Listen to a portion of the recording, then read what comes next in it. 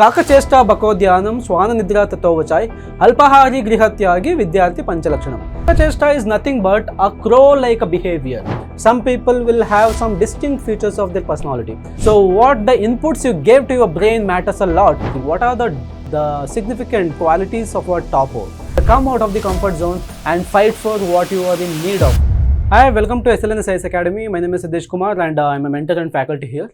And yes, today we will be discussing about something very interesting. What are the significant qualities of our topper? So everybody must have seen a very different and a variant the various type of personalities and the characteristics of personality in the market, and everyone will have their own unique nature of the personality.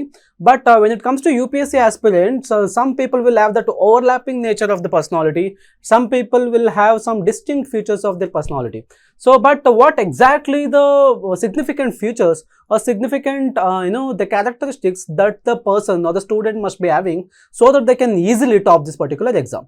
So coming to this particular sloka, you must have seen ಕಾಕಚೇಷ್ಟ ಬಕೋದ್ಯಾನಂ ಶ್ವಾನ ನಿದ್ರಾ ತಥೋವಚಾಯ್ ಅಲ್ಪಾಹಾರಿ ಗೃಹತ್ಯಾಗಿ ವಿದ್ಯಾರ್ಥಿ ಪಂಚಲಕ್ಷಣಂ. So what does it exactly means? I repeat the sloka for you again. ಕಾಕಚೇಷ್ಟ ಬಕೋದ್ಯಾನಂ ಶ್ವಾನ ನಿದ್ರಾ ತಥೋವಚಾಯ್ ಅಲ್ಪಾಹಾರಿ ಗೃಹತ್ಯಾಗಿ ವಿದ್ಯಾರ್ಥಿ ಪಂಚಲಕ್ಷಣಂ. So these are called as fundamental qualities of a successful student. So now, these are the same fundamental qualities of a successful topper of UPSC as well. So we'll try to understand the essence of this particular sloka in a very depth and clear manner. So yes. So these are the fundamental qualities of the successful topper. And ಕಾಕಚೇಷ್ಟ ಬಕೋದ್ಯಾನಂ ಶ್ವಾನ ನಿದ್ರಾ ತಥೋವಚಾಯ್ ಅಲ್ಪಾಹಾರಿ ಗೃಹತ್ಯಾಗಿ ವಿದ್ಯಾರ್ಥಿ ಪಂಚಲಕ್ಷಣಂ. So what exactly the Kakachesta is all about? So what is Kakachesta? Kakachesta is nothing but a crow-like behavior. A crow-like a behavior, the effort of the crow. So now let us try to understand what does it exactly means the Kakachesta is here.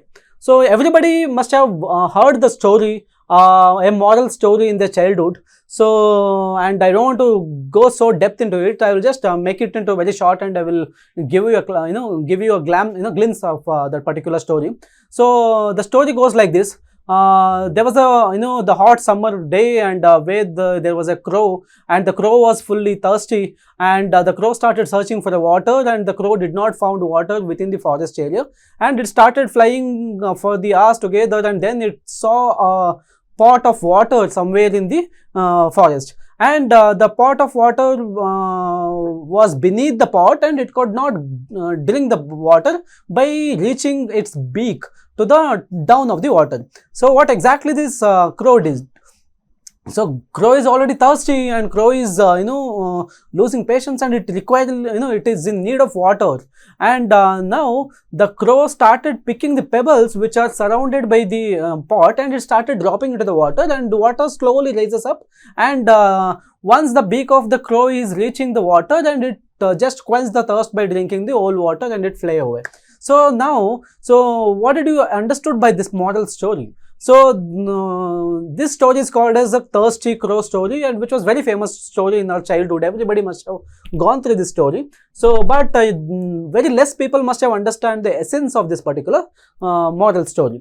So Kakachesta referred to the patience of the crow, and the crow literally showed his patience of waiting and thinking, and then coming up with the idea, and then the hard work. It started picking up the pebbles one by one, and started dropping into the water, and the effort and hard work of the crow is visible.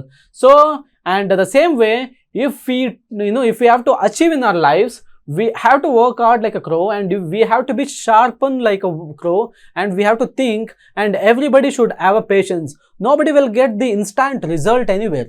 So one must have the thirst of crow. The thirst is nothing but a knowledge. You should be a thirst of knowledge, and once you drink that particular water called knowledge, you can quench your thirst by achieving your the ambition, or you are becoming a whatever that you wish to be.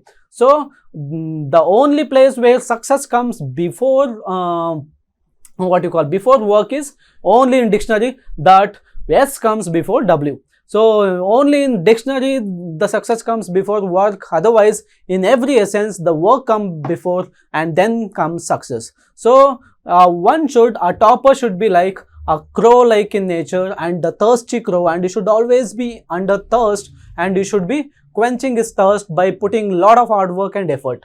So now let us understand, yeah.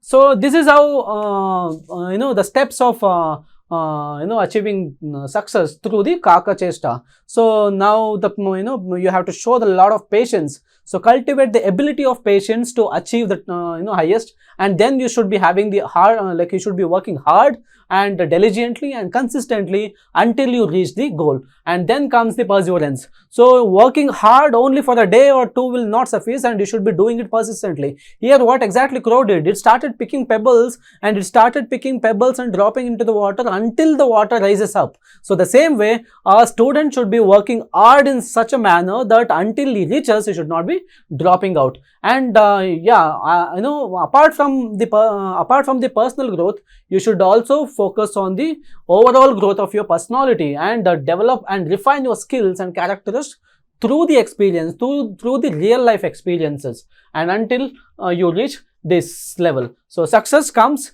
the moment you start following all these steps. So the mantra of success is patience, hard work, perseverance, and then the rest of the journey becomes your footfall. So going forward, let us understand what exactly Bako Dhyanam is. Bako means nothing but crane. So you are seeing here crane. So we do call crane as a Bako Dhyanam. Dhyanam is nothing but meditation. So here meditation or focus of crane.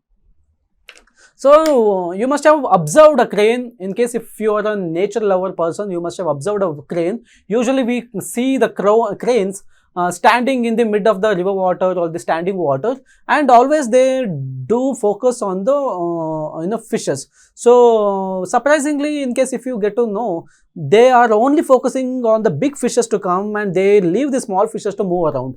So their focus is to catch the big fish, and there will be a lot of small fishes comes, and the small other the water body animals, or maybe some other creatures may come, water creatures may come, but it does not get distracted, and it will only focus on the big fish to come. The moment the big fish comes, and it will just catch the big fish and it will just fly away, but it will not get distracted by the small fishes which are moving around. So in your life also there will be a lot of small distraction that comes, but your focus should be on your target. Until you reach that particular target, you should not be getting distracted by the small fishes which are moving around. The small fishes can be smartphones, small fishes can be Instagram, Facebook and Telegram, or maybe charts and datings and stuffs and things. But what ultimately matters is your focus should be on big fish. Big fish is UPSC, and sitting on the, I pride having room and the war room kind of UPSC pride. So until and unless you reach that particular position, so you should be doing that meditation, that intense meditation, not the surface level of meditation. You should be doing the intense level of meditation to achieve that. So, and again, one more thing the crane does smartly, the crane just stand in single leg. So most of the people doesn't know the technique or the strategy behind this. So the crane stands in single leg because no other water creatures or the maybe fishes will not catch that there is a crane standing. So because it will only stand like a stick. So if it leaves both the legs into the water, so the creatures of the water may get to know that yes, so there is a trap for us and no one will come. So here the crane is doing the smart work. To catch the fish, the crane is doing what? So it is confusing the prey, and it is just standing in a single leg with a lot of dedication and lot of focus and lot of patience. It is just focusing on the big fish without losing its concentration while maintaining that equanimity in the water body. So now what exactly we got to learn from this? So if the moral of the story is, so the focus prevails and the dedication and the motivation prevails. So if the crane settles with the small fishes, it will lose the big fish. So you should never get satisfied with the small fishes. So that is the reason the crane always look for the big fish. So for example, in the hunt of UPSC, many people, if they get the small opportunity, they get totally deviate from the that particular journey, and they'll get distracted, and they get lot of distraction from that. So you are prone to have lot of distraction, but as long as you are standing on the path, and as long as you are standing strong on the track, and as long as your purpose is very strong, you don't get deviate. So yes, so do not focus on the small fish, so focus on the big fish. So going forward, Shwan Nidra. So alertness of a dog. So yes, what exactly the alertness of dog? So Shwan Nidra means not sleeping like dog. So here you have to understand like what exactly the sleep of dog. So everybody must be knowing that dog sleeps, but it sleeps by opening his ears and only closing his eyes. So it is watching every moment, and it is noticing everything, being alert. So the same way our student life should be, and topper life should be. You should be always alert and sound minded towards your goal, and throughout the preparation mode. You cannot be you can't lose that sense of being responsible. You can't be dumb, and you have to be always staying alert like a dog, and only then you can achieve this particular exam. The Shwananidra means a sleep of a dog, but to be precise, alertness of a dog, and you have to be alert like a dog. So though it closes eyes, but it will open its ears and it will be like a safeguarding. So even there is a lot of distraction, it will go into the lot of distraction, but it will not so though there would be a lot of distraction that happens, but dogs can easily catch, because it is looking things from here, not from eyes. So start sensing everything from your mind, not from your eyes. So learn to see things from mind and heart, not from your eyes. So yeah, here what exactly you can learn. So the situation surrounding will be whatever the situation it is, but staying alert by not losing your caution, by not losing your conscience, is highly required for this particular exam. Next, Halpahari. So Halpahari means not exactly eating less. So I'm not at all saying like you have to eat less, but what exactly it means, like inputs we give to our sense. So Alpahari is not exactly the food that you give to your body. So sorry. So whatever the inputs that you are giving to your body, so whatever you are eating or whatever you are intaking to your body is a food. So whether you are seeing something, it's a food, and whether you are inhaling something, it's a food, and whether you are listening something, it's a food. For example, in case if you are eating some food which is toxic in nature, which will totally obstruct your digestive system, and you get upset, and your stomach get upset, and you will be sick.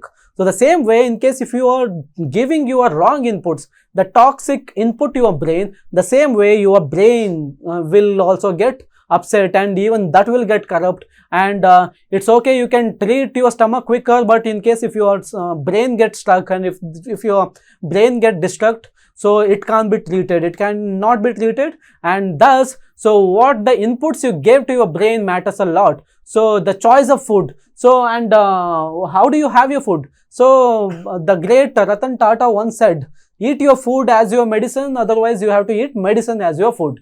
The same way, so you have to be very disciplined, you have to eat your food like a medicine, means timely and organizingly, but not exactly the food that I am referring. Whatever you are giving input is a food to your body.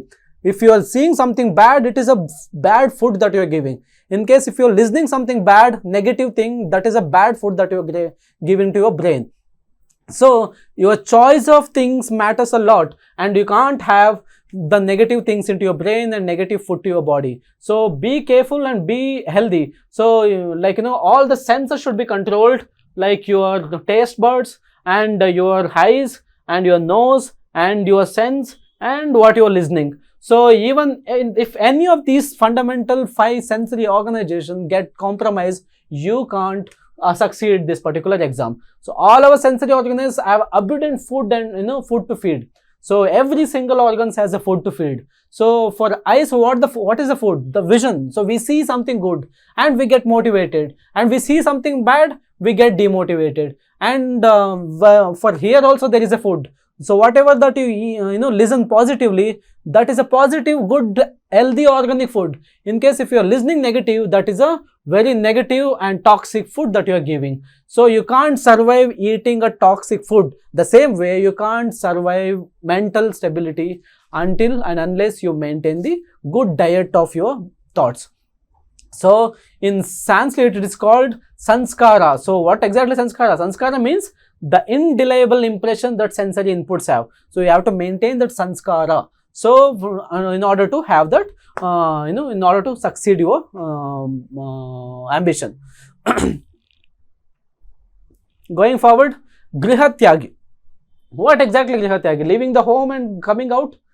So escaping from the home? No, that is not the grihatyagi is. Griha means house, tyagi means sacrificer. So but here it is not asking you to leave the home, but it is asking you to come out of the comfort. So griha is referring to the comfort zone. So here you are being, those who are set into comfort zone has to move out of the comfort zone in order to achieve anything in their life. So most of the people get set into some comfort zone, somewhat other comfort zone. As long as you are set in comfort zone, you can't achieve anything.